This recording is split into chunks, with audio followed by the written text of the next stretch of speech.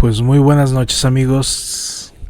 Una noche más de terror, una noche más de historias de las 3 a.m. Quiero agradecerles a todos por regalarme unos minutos de su vida, de su tiempo, para poder escuchar los relatos y las investigaciones de su servidor. Mi nombre es Mario Becerra y les quiero dar una bienvenida a este último programa del año, quinto programa de la temporada, y desearles una feliz Navidad, que espero que se la hayan pasado en los mejores términos con sus familiares y amigos, aquellos a los cuales la época también les evoca alguna nostalgia por la partida de algún amigo o ser querido o familiar. Pues que de igual manera disfruten las fiestas y que esté en paz y que tenga pronta resignación. Pues bien, me gustaría recordarles también que nos pueden seguir en Instagram, Facebook y TikTok. Nos pueden hacer llegar sus historias. Estaría encantado de leerlas, de leerlos y de compartir sus historias con la audiencia. También algún tema que les gustaría platicar. ¿Qué les interesa? ¿Qué les apasiona en temas inexplicables? También me interesa su opinión. Pueden dejarnos su opinión. ¿Qué les han parecido los últimos programas o los últimos capítulos de esta su serie Historias de las 3 a.m.? Sería de mucha ayuda para saber si vamos por buen camino en este proyecto. Nos pueden hacer llegar sus mensajes por las redes sociales o enviarnos un correo a mebecerrag25@gmail.com. Becerra con V y doble R, G de gato 25@gmail.com. Estaríamos encantados de escucharlos o de leerlos para hacer crecer esta comunidad. Sé que por el momento somos pocos, pero sé que más adelante seríamos una de las mejores comunidades en el ámbito del terror. Y pues bueno, como ya leyeron en el título, hablaremos de un libro maldito, de cómo fue posible su creación, qué mitos o qué misterios guarda este gran libro. Pero antes que nada, vamos a ¿qué historias con las historias? Esta sección en donde te recomiendo un libro, una película o una serie de terror, suspenso u hechos inexplicables para que disfrutes en compañía de los tuyos en un fin de semana de terror paranormal. En la posición número 1 tenemos El abismo del infierno, género terror religioso lanzado en el año 2020. Trata de que en 1987 un joven miliciano se infiltra en un monasterio aislado del mundo, en donde los monjes dirigen una clínica para poseídos. Fingiendo ser un clérigo, intenta explicar los misterios de desaparición de varios residentes atormentados.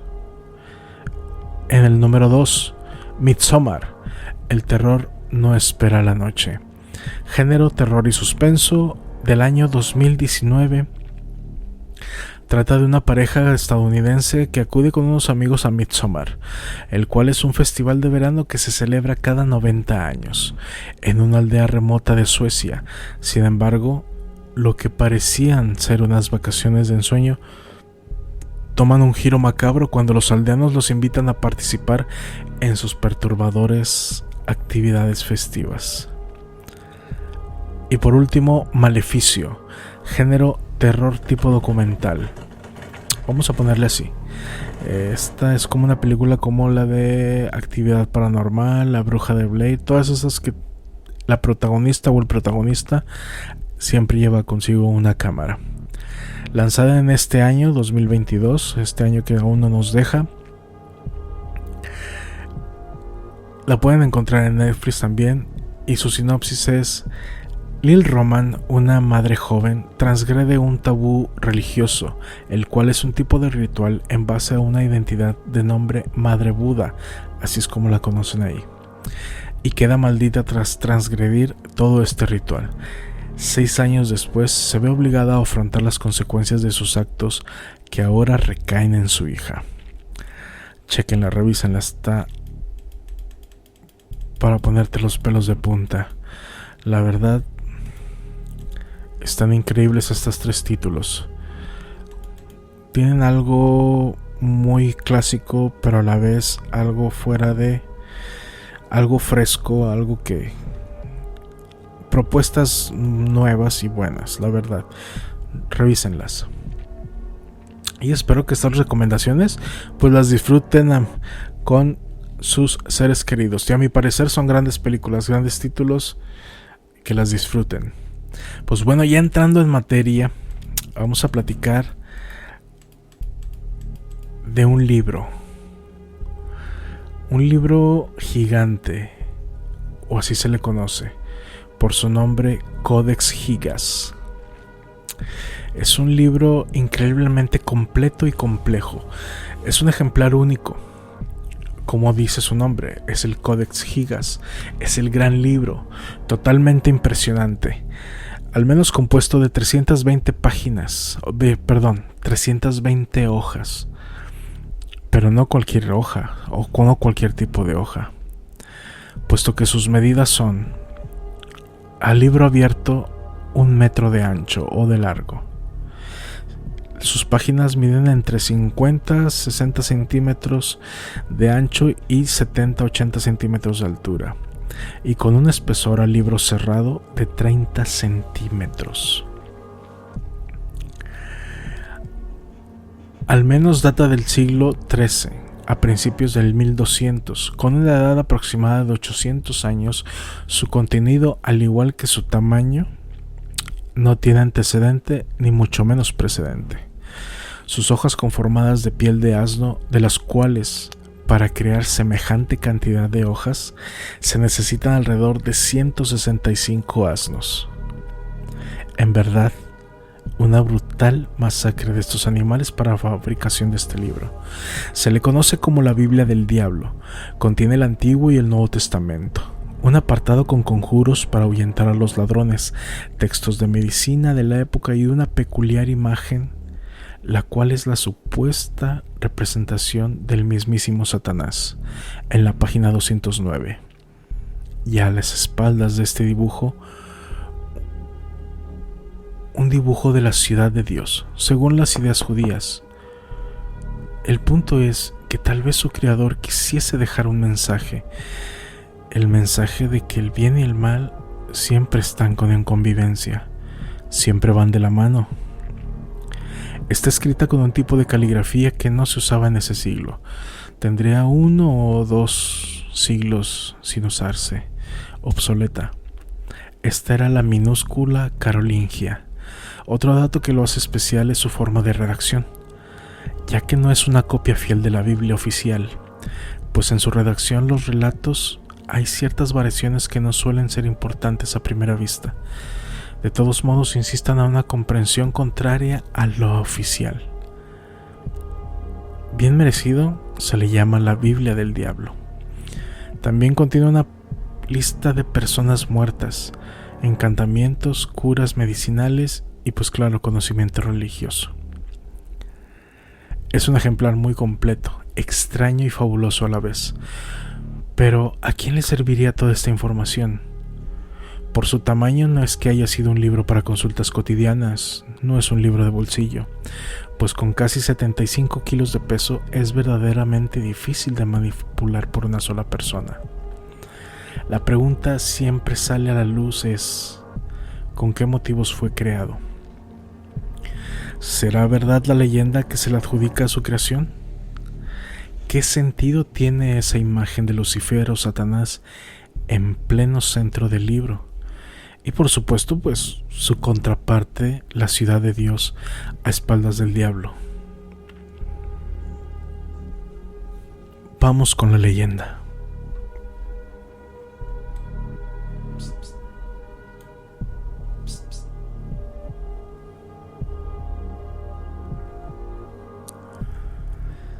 Cuenta la leyenda que en la Edad Media el autor del Codex Gigas fue un monje benedictino condenado a ser emparedado vivo por incumplir sus votos en el monasterio.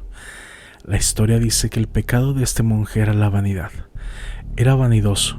Sabemos que la vanidad no solo encierra a los rasgos físicos de una persona, también incluye en su forma de ser, de tratar a sus cercanos.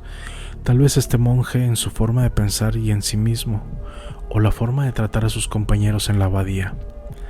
No sé, creo que la vanidad en este contexto tenga que ver algo con su físico o forma de vestir. Era el siglo XIII.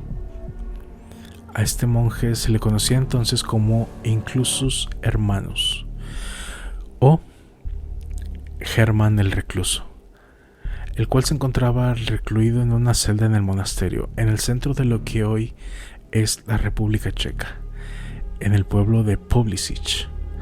Entonces, como mencioné, su penitencia era morir emparedado vivo, que claro es una muerte horrible. Él era un monje copista, creo que así se llamaba, pues su tarea era preservar todo escrito, hacía copias a mano de todo libro en el monasterio. Entonces, como la escritura era parte de su oficio, él pidió al abad olvidar su penitencia a cambio de un libro, un ejemplar único, una obra literaria que nadie podría tener, que incluso daría mucha distinción y prestigio al monasterio, una pieza que todo hombre de religión y letras desearían. Que este libro pondría en la gloria a este monasterio, lleno de todo conocimiento y pasajes del mundo. Pues bien, el abad aceptó, y el monje, convencido de que había salvado su vida, casi rompe en brincos de alegría. Pero el abad dijo: no tan rápido, hermano. Tiene un día para completar dicha obra.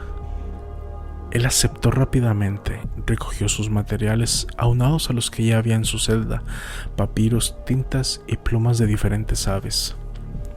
Se encerró en su celda y comenzó su labor. Tras un par de horas escribiendo, se dio cuenta que no tenía gran avance. Entonces decidió encomendarse a Dios, haciendo profunda oración por unos minutos, pero él no recibía respuesta. Desesperado y con un sentimiento de abandono, y como siendo el monje poseía cierto conocimiento sobre pactos con el demonio, Lucifer, Satanás, en fin, decidió rendirle oración al mismísimo diablo. Aún incrédulo, este recibió respuesta y el mismísimo Satanás se hace presente ante él, preguntándole: ¿qué es lo que quieres? Él le respondió: estoy condenado a muerte, y si no entrego un libro especial, un libro que posea todo el conocimiento del mundo y que tal vez sea majestuoso, moriré. Por ello te he invocado. Muy bien, pero ¿qué me darás a cambio? Bueno, mi alma será tuya. ¿Y qué más? No sé qué más quieres o qué te puedo ofrecer. Ya sé. Que esta obra se me reconozca. En eso aparece el libro y en el centro de esta una hoja en blanco. El monje, desconcertado y con una gran duda, pregunta: ¿y esta hoja en blanco? Al cual el diablo le contesta: ahí estaré yo. Antes de terminar la frase, apareció la imagen de Satanás. Sabemos que el diablo se le conoce por su insaciable sed de conseguir siempre más a cambio. Germán el Recluso, tras 20 años, muere y hace su pago por el pacto, el cual era un pacto muy mal pagado, a consideración del demonio. Cuenta la leyenda que todo aquel que llegó a poseer tan formidable obra literaria sufrió alguna tragedia, comenzando con el monasterio de Poblíčich, donde fue creado, ocurriendo todo tipo de tragedias: monjes que morían de diversas enfermedades o morían de hambre, e incluso fuertes epidemias brotaban de la noche a la mañana, y todos los recursos se agotaban. En un momento de desesperación, deciden empeñar al Codex Gigas, por dinero, claro, y pasa al monasterio de Sedlec. estos de igual o peor forma comienzan las desgracias epidemias que no solo arrasan al monasterio, sino que también venían arrasando a todo pueblo en sus cercanías. De igual manera, desesperados toman la decisión de venderlo, en este caso a una orden de benedictinos situados en Brno. Como cosa del demonio, continuaba la maldición, pues solo duró 10 años con estos monjes, ya que en 1419, estalla la guerra de los husitas, arrasando con todo a su paso. Estos monjes, teniendo conocimiento de lo que tenían en sus manos, deciden enviarlo a otro monasterio, en Bromov. Y parece que este lugar, los acontecimientos se tranquilizan.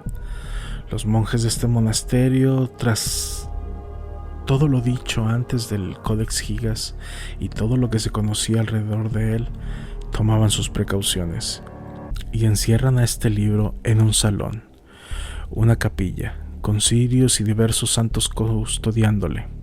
El Codex Gigas parece calmar su sed de venganza.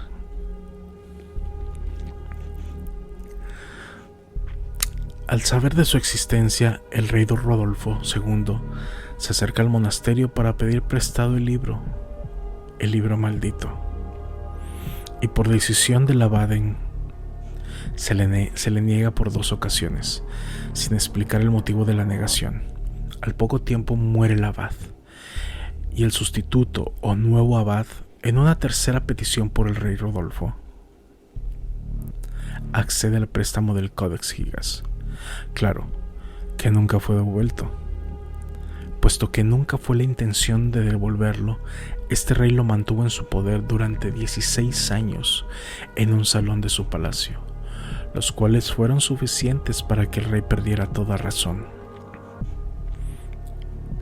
En pocas palabras, se volvió loco, y 2 años después su propia familia lo retiraría de su reinado. Este rey, han de saber, era una persona muy ilustrada, le encantaba la lectura y tenía una de las bibliotecas más grandes de toda la región, por no decir de toda Europa.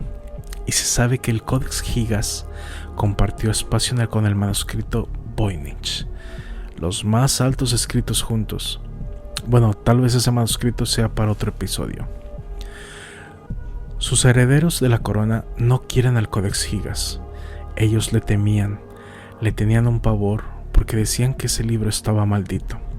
Así que lo mantuvieron guardado en el ala del castillo, apartado de todo, porque muchos afirmaban que en la sala donde se encontraba guardado existían toda clase de fenómenos ya no paranormales, eran sucesos diabólicos, tales como abrir y cerrar puertas, con tanto odio que en ocasiones retumbaban en todo palacio. En otras partes del palacio se escuchaban pisadas como las de alguna bestia al acecho, murmullos de cosas profanas. Nadie quería estar cerca del Codex Gigas. Pasa el tiempo y se desata la guerra de los 30 años. A la cabeza la reina Cristina de Suecia toma posesión del gran libro. Ella siempre mostraba una muy especial afición por el robo de libros. Como motín especial se hace del Codex Gigas. Sus tropas sabían cómo mantener contenta a su reina. A donde estos llegaban, saqueaban todo tipo de escritos, libros, códices, pergaminos, todo lo que fuese apto para la lectura. Era una lectora fabulosa, una lectora empedernida. Y claro que estaba enterada de este tan especial escrito. Es resguardado con otros títulos recuperados por ella, hasta que un día el palacio se incendia. La reina Cristina de Suecia solicita a todo personal del palacio rescatar a todos los libros. Toda la gente salía con bultos atados, carretillas de libros, para poderlos resguardar a salvo. Ya con las llamas encima, y al ya no haber modo de estar sacando los libros, exige que sean arrojados por las ventanas. Y entre los libros que fueron arrojados por las ventanas estaba el Codex Gigas, que para la mala suerte de alguien que pasaba por las calles, el Codex Gigas le cayó encima, matándolo inmediatamente. Eso daba indicios de que su maldición aún continuaba. Durante varios años se estuvo restaurando el libro y se inauguraba la nueva biblioteca, en donde desde entonces y hasta el día de hoy se mantenía en resguardo. El Codex Gigas. En el siglo XIX, un hombre de nombre Gustav Kleiman sería el responsable de traslado. Él no creía en supersticiones o maldiciones de índole diabólica. Extrañamente, Gustav, después de hacer todos los trámites y protocolos para resguardar el Codex Gigas, comienza a desquiciarse. Incomprensiblemente, siendo él completamente escéptico, aseguraba que llegó a ver al mismísimo diablo repasando las páginas de aquel extraordinario libro, y que en aquellas visitas el diablo le reclamaba por el poco trato digno que le había proporcionado a su obra literaria. ¿Cómo ven? ¿Ustedes qué piensan? Eso es lo que cuenta la historia, eso es lo que cuenta la leyenda. Al día de hoy, el Codex Gigas se encuentra en resguardo en la Biblioteca Nacional de Suecia, en Estocolmo, en un tipo de bóveda, la cual es a prueba de disparos, golpes, bombas, en fin, una fortaleza para él mismo. Hasta hoy en día se reportan fenómenos muy inusuales al momento de sacar este ejemplar de su cuna blindada. Hace unos años, una persona que daba mantenimiento a la sala donde se encontraba el Codex Gigas se quedó encerrado por error, claro. Y al día siguiente, las personas encargadas de la apertura de la biblioteca encontraron a esta persona en un delirio total. Esta persona aseguraba que el códex cobraba vida y que manipulaba a otros libros, y que en ciertos momentos llegó a notar una presencia que ojeaba sus páginas. ¿Qué opinan? Imagínense llegar a ver eso. Les reitero, es una cosa que difícilmente podemos explicar la forma de su creación. Pero el libro existe, Dejemos de lado la leyenda. La pregunta en realidad que todo mundo se hace, que todo científico se hace, que todo persona curiosa por el simple hecho de ser el Codex Gigas se hace, es: ¿quién lo hizo? ¿Quién lo elaboró? En sus tiempos, el monasterio era totalmente austero. No tenía grandes suministros, no tenía grandes posibilidades monetarias para realizar esta obra. Se duda que este monasterio tuviera la posibilidad para pagar más de 160 asnos solamente para la creación del Codex Gigas. Otro punto es la tinta. 35 litros de tinta se gastaron para hacer la redacción de este libro. Y los estudios dicen que es a base de producto de insectos. ¿Tienen la idea de cuántos insectos tendrían que recogerse para hacer solamente 1 litro de tinta?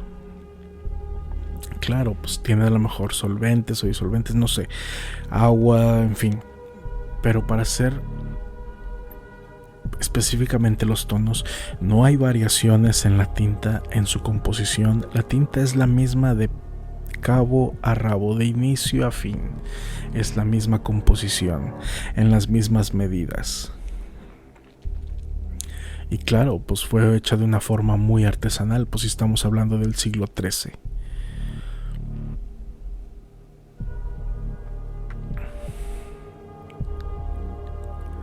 Ahora bien, otros estudios revelaron que fue hecho por una sola persona. Y pues bueno, la respuesta que todos tenemos, o el pensamiento que todos decimos, pues qué bien, un solo autor. Pero si tomamos en cuenta las condiciones en las que fue creado, sí, los peritajes dicen, estuvieron haciendo peritajes de caligrafía y grafología. Revelan que como fue hecho por una sola persona, pero esa sola persona tuvo que hacer todos los rasgos: escritura, adornos, grecas, mayúsculas, florituras, en fin, todo tipo de adorno que tiene el Codex Gigas debe estar hecho por una sola persona. La caligrafía. Revelan que no hay un cambio de emoción.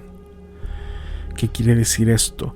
Bueno, que el cambio de emoción, cuando nosotros escribimos, la caligrafía que cada uno de nosotros tenemos es parte de nuestra personalidad. Nadie escribe como nosotros, nadie escribe como nosotros.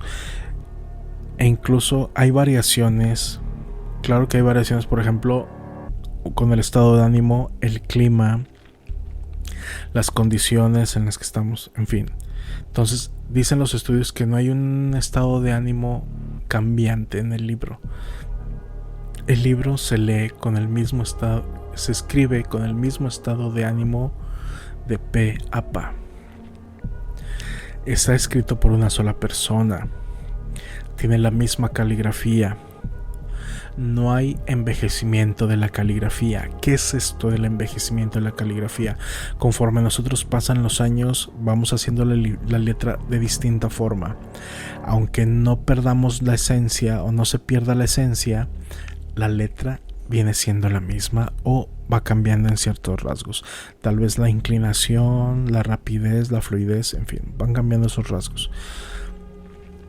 Entonces, no hay una caligrafía que envejezca. Para realizar todas las páginas, la mayoría de las páginas tienen 2 columnas. Cada columna tiene más o menos un alrededor de entre 109 a 120 renglones.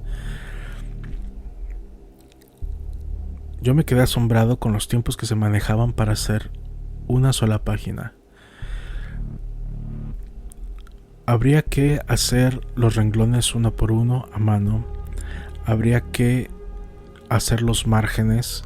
Habría que encuadrar palabras para que todo pareciera bien cuadradito.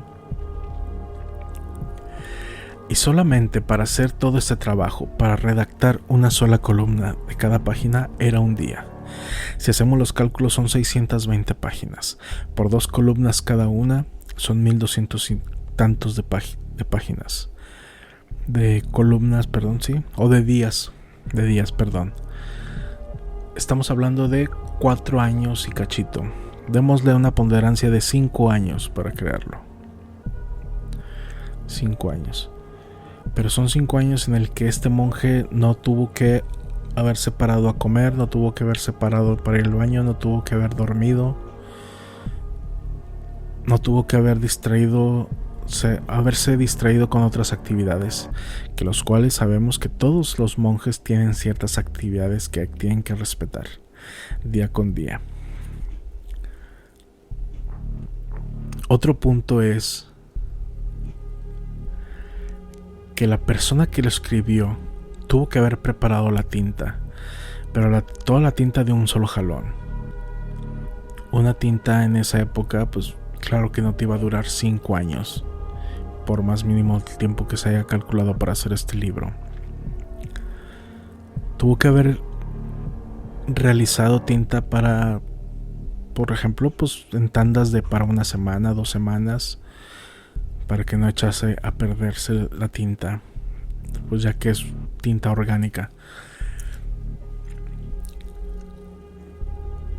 Y Y en la revisión de todo este libro, porque hasta la fecha se sigue revisando, todas las letras son iguales. Todas las letras son iguales. Cabe recalcar que no son letras de molde, son letras hechas a mano, con una pluma de ave, ¿sí? Una herramienta muy primitiva, la cual no perdió también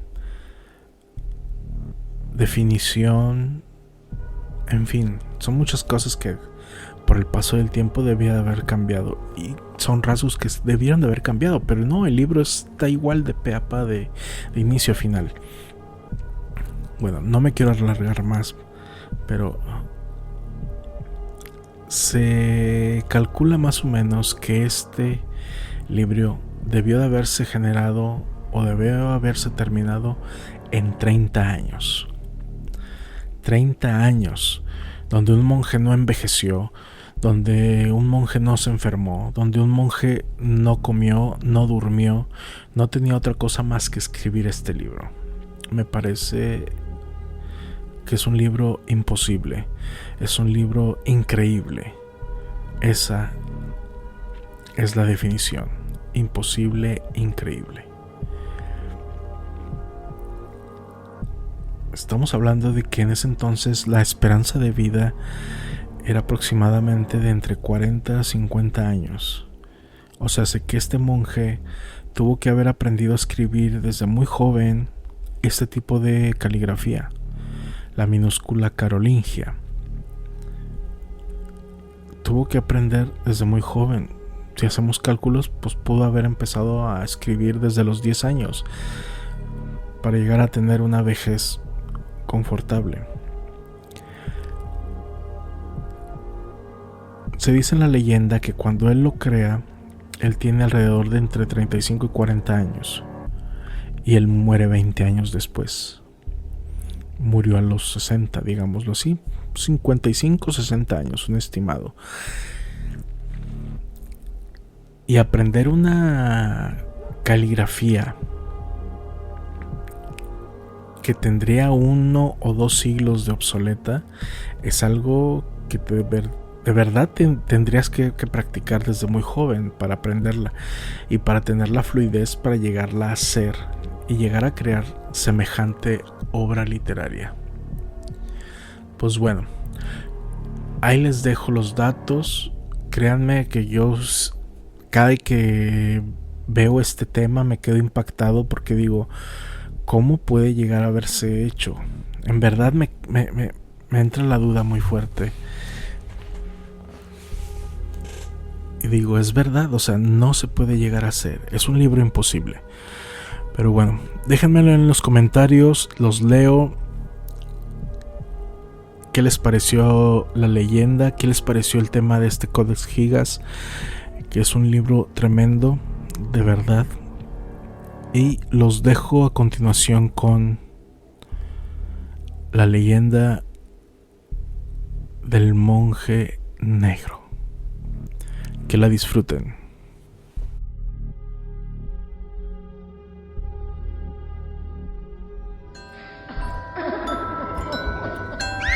Buenas noches. Bienvenidos a Historias de las 3 AM. Aquí te contaré historias de terror, suspenso y hechos inexplicables, las cuales espero que disfrutemos juntos. Ponte cómodo, te recomiendo usar audífonos y procura un ambiente tranquilo. Trata de pensar que todos podemos estar en dicha situación. Sin más que agregar, apaga la luz y comenzamos.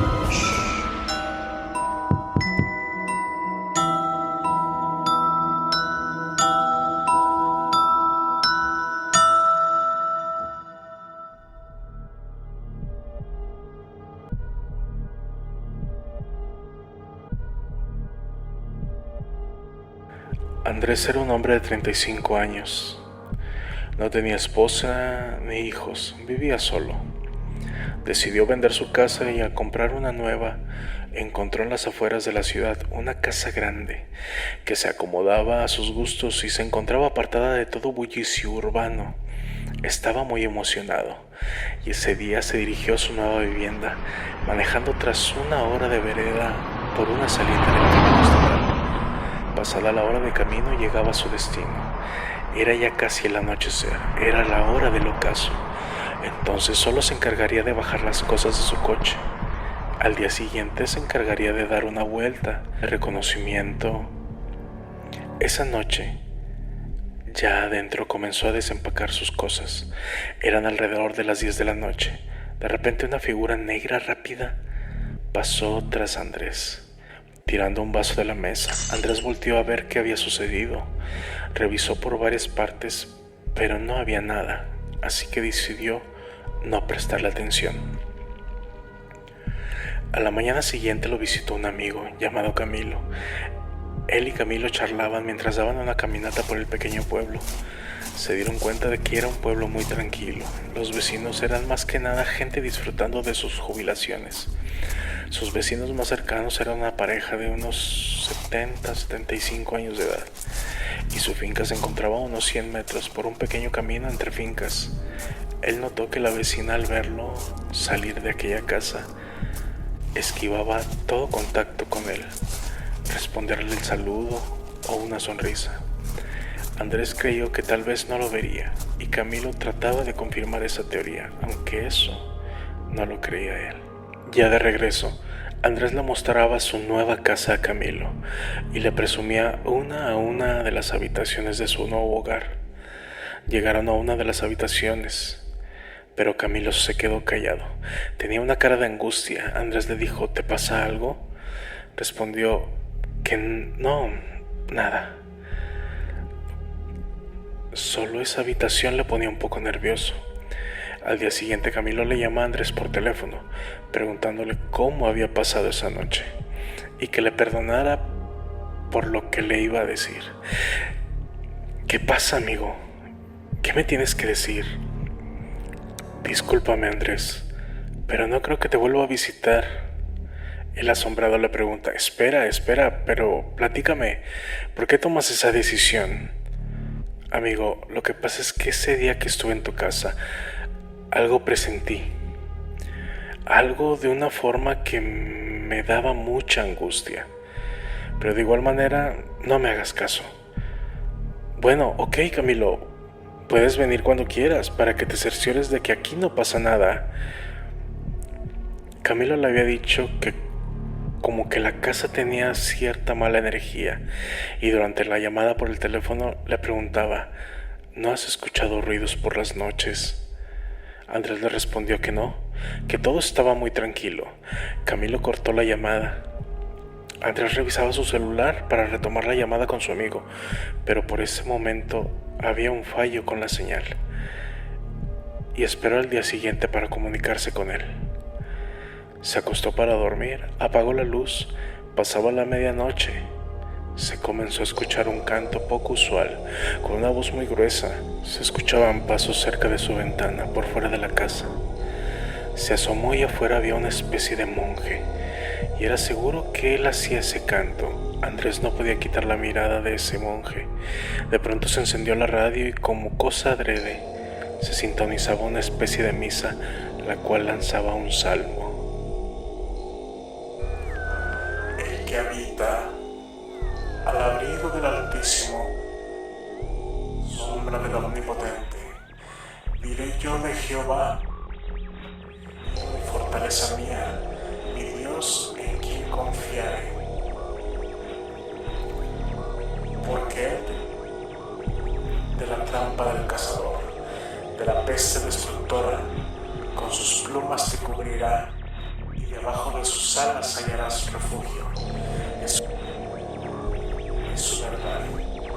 No temerás al terror nocturno, ni a la saeta que vuela de día. De pronto se apagó la radio. Regresó su mirada al monje, pero esa entidad ya no estaba. Comenzó a temblar, pues la temperatura de la habitación había bajado drásticamente. Ese canto extraño había cesado, pero comenzarían ruidos extraños, como si estuvieran trasculcando todo en aquella sala. Él no quiso salir de su habitación, la cual podía convertirse en una guarida o su prisión. La segunda opción era no la que más le convenía, pero el tornado de ruidos no alentaban a mejor final. ni siquiera a preguntar quién era. Trató de marcar a su amigo, pues ya tenía señal, e hizo la llamada, y al responder, él le gritaba: «Camilo, Camilo, ¿me escuchas? Bueno, Camilo, ¿me escuchas?». Solo se escuchaba aquella misa al teléfono. Aventó el teléfono y se activó el altavoz, y seguía repitiéndose ese salmo. Y de fondo ese canto extraño, que él no sabía qué decía. De pronto volteó a ver su reloj. Eran las 3 a.m. Se quería arrancar las orejas. Ese salmo y ese canto no cesaban. Pasaron cerca de 2 minutos y todo se tranquilizó. Se mantuvo en su cama por los próximos 15 minutos. Nuevamente volvió a ver a su reloj y eran las 3:02 a.m. Su reloj se había detenido. Trató de ponerlo a tiempo, pero su celular estaba muerto. Así que tenía que ponerlo a cargar. Decidió así dejarlos hasta la mañana siguiente. Despertó, pues el sol ya había salido. Salió de la habitación y todo estaba intacto. Asimismo se preguntaba de dónde habrían salido todos esos ruidos. Lo único que en verdad lo aterró es que la puerta principal estaba abierta de par en par. Al pie de esa puerta había unas marcas de pisadas en dirección a la casa, como si alguien hubiera entrado a la casa. Eso alteró con más intensidad. Revisó de cabo a rabo toda la casa y no había rastros de esas pisadas. Esas marcas terminaban precisamente en el umbral de aquella puerta. Decidió seguir el rastro en sentido contrario para saber de dónde provenían aquellas pisadas. Siguió el rastro. Llegó a un pequeño camposanto que se encontraba a unos 200 metros de su casa. Llegando ahí a ese panteón, el cual se encontraba no más de 30 tumbas, las pisadas terminaban en una tumba un poco apartadas de las demás. Solo se leía una parte del epitafio y decía: «De la trampa del cazador, de la peste destructora, y debajo de sus alas hallarás refugio. No temerás al terror nocturno». Esas palabras retumbaban en su cabeza y salió corriendo para su casa. Encendió su computadora y buscó esas palabras. En respuesta es el Salmo 21. Este salmo que en ocasiones se usaba en misas satánicas como protección para los monjes obscuros, mientras estos, en contacto con Satanás y poder salir del trance. De la misma forma se ocupa para encontrar el camino directo a las tinieblas sin tener que pasar por el purgatorio. Este salmo solo te servirá si eres el monje principal. Tomando en cuenta lo que encontró en internet, recordaba que esas palabras son las mismas que escucharía en aquella radio y en el intento de la llamada con Camilo. Esa mañana decidió preparar la comida y, de ser posible, dejar lista también la cena, ya que no estaría dispuesto a salir de su recámara por la noche. Ya se acercaba la puesta del sol, y aquel hombre estaba consciente de lo que tal vez podría visitar esa noche. Llegaron las 11 de la noche y cayó rendido en cama. Y para su agradable decepción, esa noche no pasó nada. Toda la noche estuvo muy tranquila. Esa mañana decidió preguntar con algún vecino sobre el antiguo habitante o habitantes de esa casa. Pero esa tranquilidad que invadía su casa había permeado en el pueblo en total. Tocó en las casas más cercanas a la suya, pero aquello era un pueblo fantasma. No era una mañana normal. En aquel pueblo se podía sentir la soledad. Era una paz que daba la sensación de olvido. ¿Te imaginas estar solo en una pequeña población? Pues era la situación de Andrés. Desubicado y sin tener éxito en su misiva, decide regresar a su casa. Desconcertado, de regreso, ve a su vecina. ¡Vecina! Buenos días, disculpe. Soy la persona que compró la casa, la que se encuentra frente al cementerio. Mi nombre es Andrés. Buenos días, vecino, pero ahorita estoy con algo de prisa. Pero vecina, solo quisiera saber... No, vecino, tengo algo de prisa, no tengo tiempo, disculpe. Ella se mostraba muy renuente ante aquel joven nuevo vecino. Mientras comía seguía investigando datos o información que le guiara a qué había pasado en aquella casa. No existía nada que le pudiese guiar en esta situación. De pronto comenzaban aquellos susurros que parecían recitar el Salmo 91. Pero no era el orden en que en su primera vez lo había escuchado. Y el susurro decía: